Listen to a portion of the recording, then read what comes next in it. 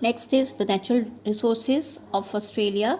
You'll find that the mineral resources are in abundance over here. The copper, gold, and diamonds, energy resources such as coal, oil, and uranium. Then land resources are that are used for farming and logging. The resources are economically important to Australia.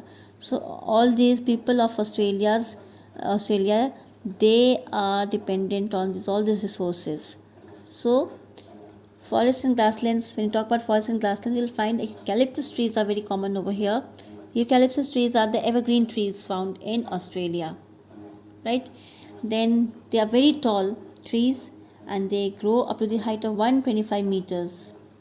And these are eucalyptus trees are really very important in dealing with the cold, coughs, headaches, etc.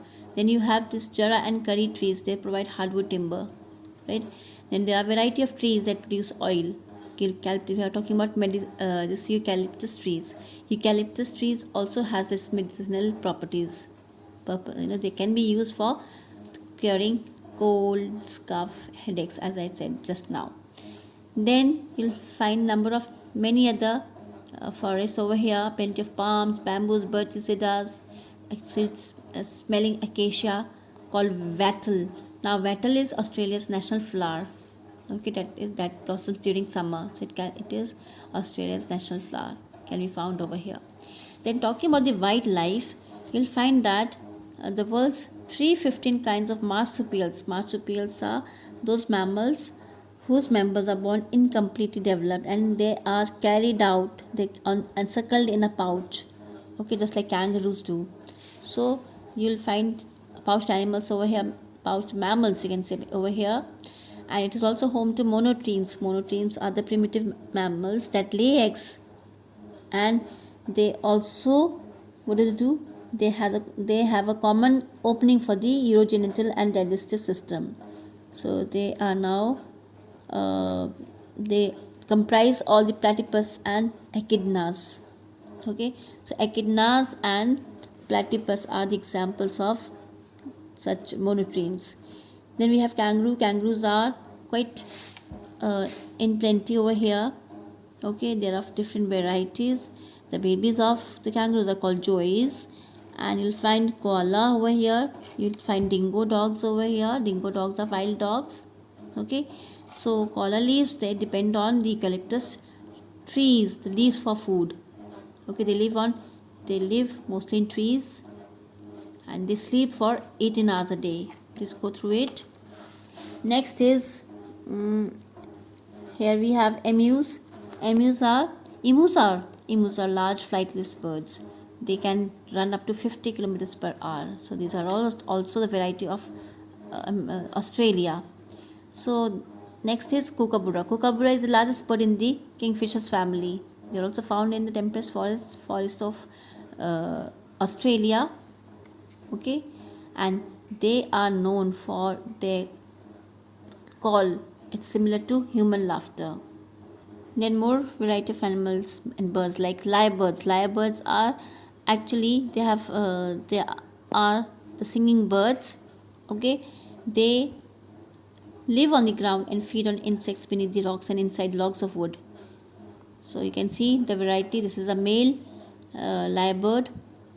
Okay, it has a tail which is in the shape of a lyre. It's a musical instrument, just like one of the musical instrument. No? That's just the shape of that musical instrument. And it next we have fishing over here. Fishing, Australia's fishing zone is the third largest in the world. So you'll find number of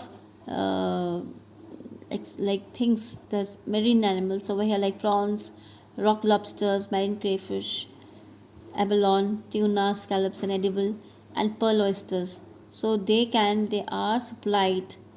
Okay, they are exported in large quantities. So they can be canned seafood, frozen or fresh ones, right?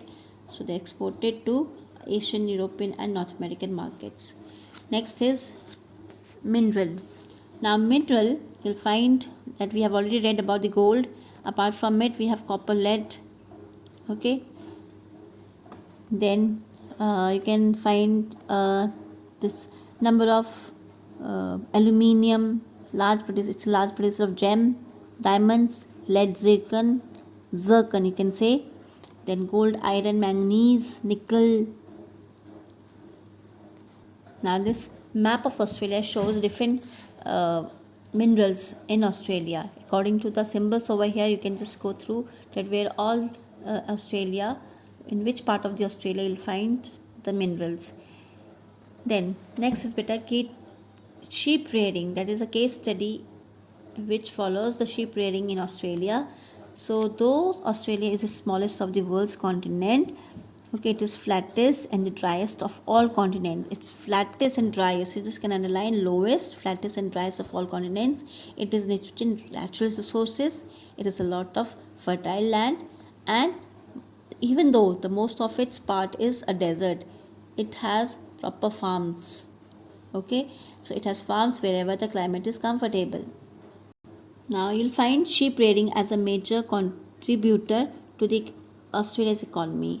So sheep rearing is practiced in New South Wales, Western Australia, Victoria and Southern Australia. So here the region around Murray-Darling Basin are perfect for sheep rearing. Okay, so what happens, because Australia is the largest exporter of wool, therefore you'll find that sheep rearing process is taken up very economically over here. Large number of sheep they are reared in large areas called stations. Sheep station, you must have heard of it. And the person who take care of them, the laborers are called jackaroos. Okay, they look after the sheep. Then there are big farms which are divided into various paddocks. Okay, a paddock can keep thousands of sheep in one fence. Okay, so you'll find that in Australia, sheep rearing is one of the important occupation. Now, why sheep rearing is common in Australia? Because in Australia you'll find the sufficient grasslands, the vegetation condition, the climatic and vegetation condition of this place is well suited to the sheep. So it has an ideal condition for the wool production, right? So you'll find sheep grazing in a pasture. This is called pasture. So the areas which are dry, there the sheep are kept mainly for wool. Okay, because that is why Australia is world's largest wool producer and exporter, and it's the second and largest producer of lamb and major exporter of mutton. So the areas where the climate is more humid and where the pasturage is better, so the sheep is raised for lamb and mainly kept in southeast of the country. So they are fed on improved pastures. They kept on arable lands. Arable lands means dry lands. Okay, and they can graze the wheat, stubble or graze or lay pastures. They can do anything over there. Okay, therefore just for the lamb production they are kept in this part of the place, so that it could be later on exported for mutton. So here you can see in the picture, this is wool. These are all piled for manufacturing. Best quality of wool we get from Australia, from the sheep, merino sheep. It's a major breed kept in Australia. Okay, so other breeds of the sheep are like Chester, Lincoln, Lomley Marsh, etc. So not only are sheep reared for domestic consumption, they are also exported in large quantities in chilled and frozen forms. So this is all about Australia. Okay, and the complete case study of Australia, please go through each and every line properly and refer to the question answers.